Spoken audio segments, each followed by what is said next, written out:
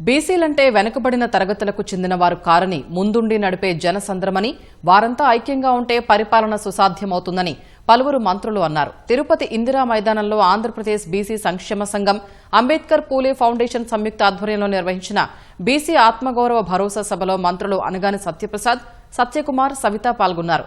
ఆత్మగౌరవ భరోసా సభకు వందలాదిగా బీసీ సంఘాలకు చెందిన వారు హాజరయ్యారు. మోదీ, చంద్రబాబు సారథ్యంలో బీసీలకు రాష్ట్రంలో ప్రాధాన్యత కల్పిస్తున్నారని మంత్రులు తెలిపారు. బీసీల ద్రోహి జగన్ అని ధ్వజమెత్తారు. ఈ కూటమి ప్రభుత్వం ఏర్పడిన తర్వాత మన పునర్వైభవం మళ్ళా వస్తా ఉంది. 14-19లో ఈ రాష్ట్ర విభజన జరిగిన తర్వాత మనకి గుర్తింపు పెరిగింది. 82 ఉన్నట్టు గుర్తింపు క్షేత్రస్థాయిలో అమల్లో చంద్రబాబు నాయుడు గారు ఈ రాష్ట్రంలో చేశారు.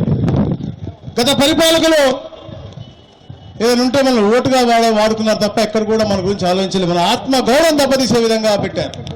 కానీ ఈ రోజున ఏ పథకం చెప్పినా ప్రతి దాంట్లో కూడా బడుగు బలహీన వర్గాలకి ఒక అభివృద్ధి సాధికారత జరిగే విధంగా అన్ని కూడా రూపకల్పన చేశారు. ముందు మనం అధికారులు ముందు ఒక పెద్ద బీసీ భవన్లని జిల్లాల వ్యాప్తంగా, నియోజకవర్గాల వ్యాప్తంగా నిర్మించుకున్నాం.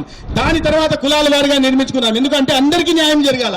ముందు మనలో మనం కొట్లాడుకుంటా ఉంటే, మనలో మనం ఐక్యత లేకుండా ఉంటే, మనలో మనం విడిపోతా ఉంటే తద్వారా రాజకీయ లబ్ధి పొందే ప్రయత్నాలు జరుగుతూ ఉంటాయి. కాబట్టి ముందు కులాలకు అతీతంగా, సామాజిక వర్గాలకు అతీతంగా మనం చాటాల్సిన ఉంది. బహిరంగంగా ఈ రోజు మనం ఈ సభ పెట్టుకోగలుగుతున్నాము అంటే అది ఎన్డీఏ కూటమిలో కాబట్టి పెట్టుకోగలం. గత 5 సంవత్సరాల్లో ఇలాంటి సభలు జరిగాయని ఈ సభ ద్వారా మిమ్మల్ని అడుగుతున్నాం.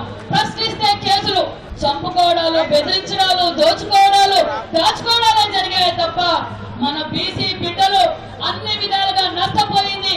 గత 5 సంవత్సరాల్లోనే ఎక్కువగా నష్టపోయింది కూడా మన బీసీ బిడ్డలు అన్న విషయాన్ని మీకు తెలియజేస్తున్నాం.